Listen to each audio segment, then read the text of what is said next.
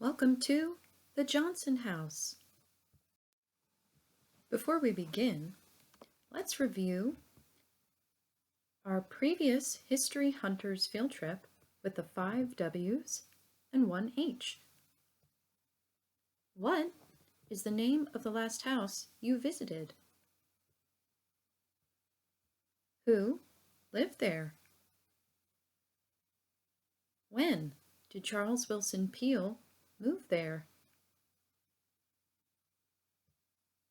Why did he move there? Where was it located? What is Charles Willson Peale known for? How did he know George Washington?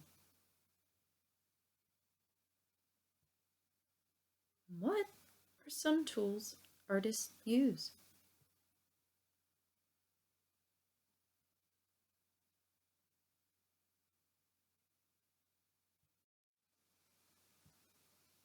Turn and talk. What was one thing you learned at the LaSalle Art Museum?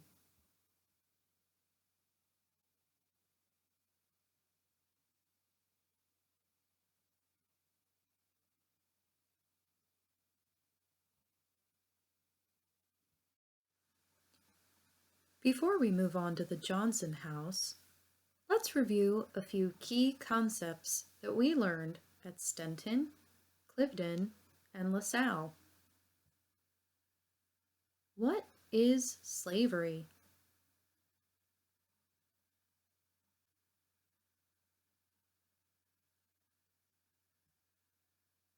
What does it mean to be enslaved?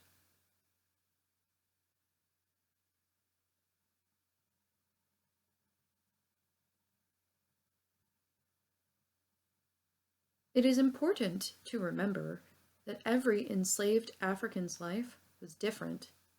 They had different experiences, lived in different places, and performed many different jobs.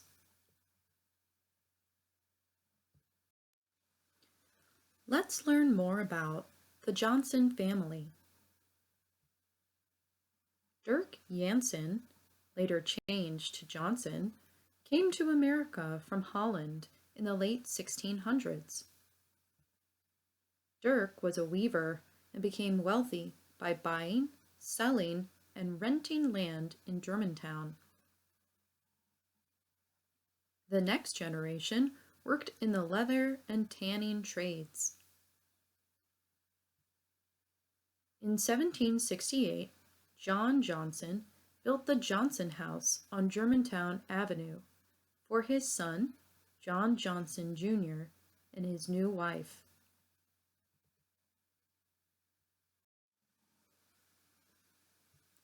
The Johnsons were Quakers. Who else have we learned about that was also Quaker?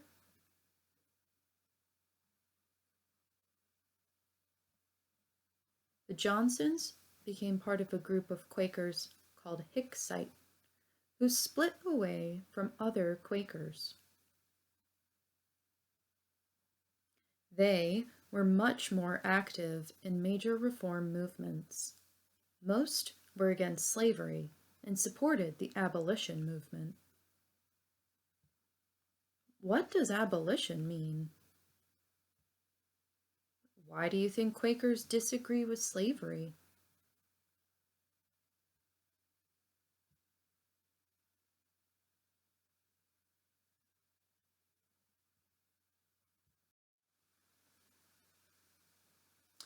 Let's discuss some important questions.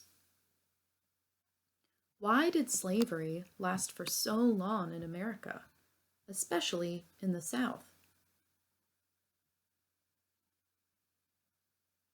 Any ideas?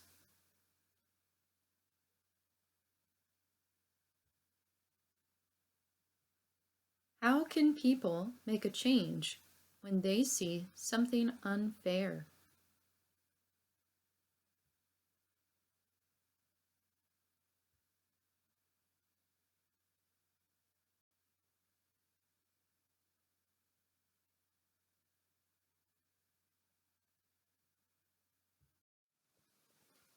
Let's discuss some laws that made slavery more complicated in America.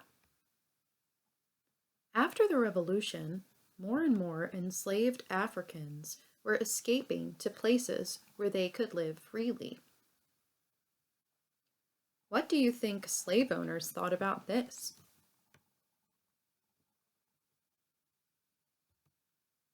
Slaveholding states pressured the government to pass the Fugitive Slave Laws of 1793 and 1850 that made it harder for enslaved Africans to run away. These laws allowed for slave catchers to capture freedom seekers in the North and return them to enslavement in the South. They also punished those who helped them escape.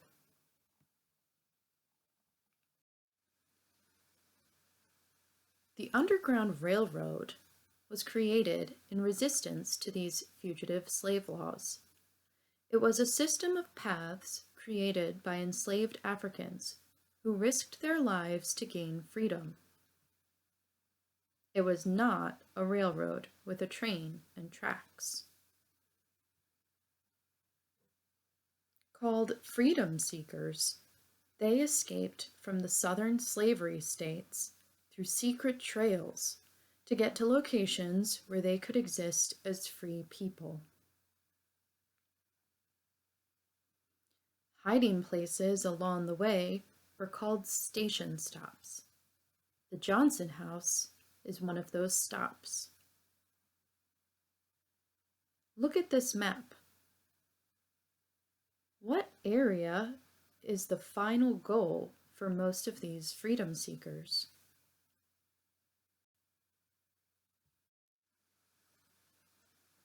Let's talk about the Johnson House as an Underground Railroad station. Brothers Israel and Roland Johnson were active in the abolition movement.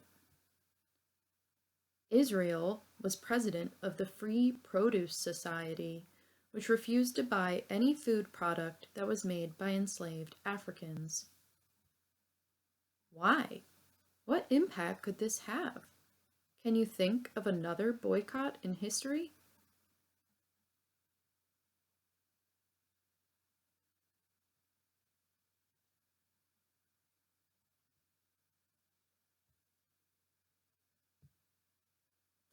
Their mother, Jeanette Roland Johnson, opened her home to freedom seekers. Freedom seekers would come at night so they would not be caught by slave catchers. If they were too scared to go up to the house, they could hide in the shed featured in this photo.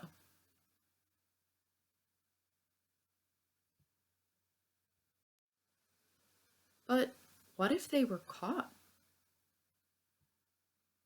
If the Johnsons or anyone were caught helping freedom seekers, they would have been jailed or forced to pay a large fine.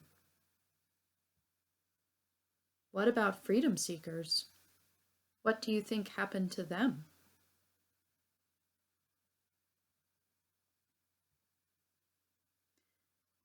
When approaching station stops, freedom seekers would use codes so that everybody would be safe. The code at the Johnson House was, "A friend of a friend sent me." Do you remember what Quakers are called?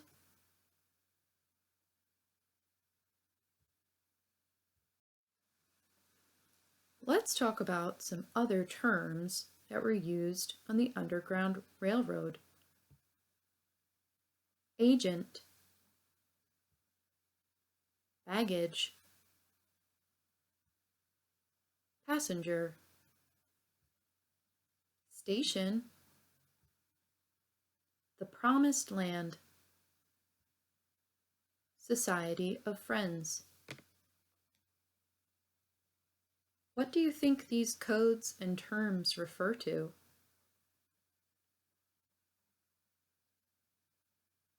Why do you think they used secret codes?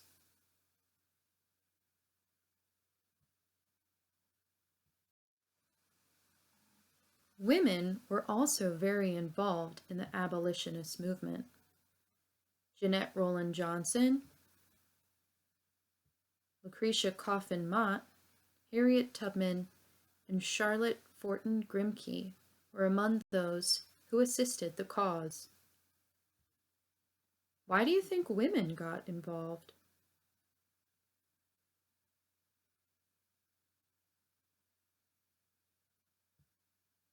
What about children? What can you do to help an important cause?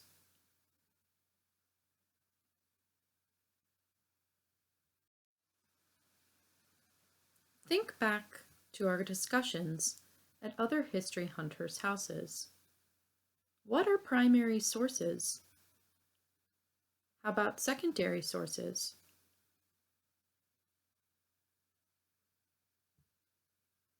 How can we learn about the past if written sources don't exist? Why might there not be many written records from enslaved Africans? Hint: think about what enslaved people weren't allowed to do.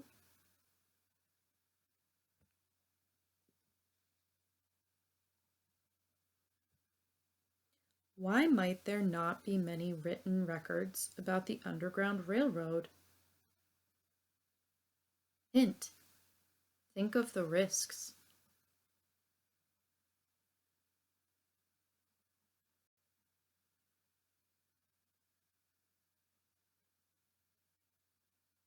Is the Johnson House a primary source or a secondary source?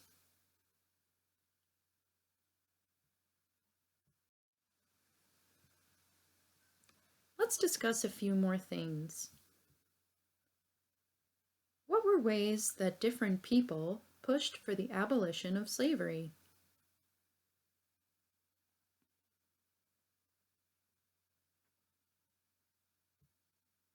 What makes someone a good citizen?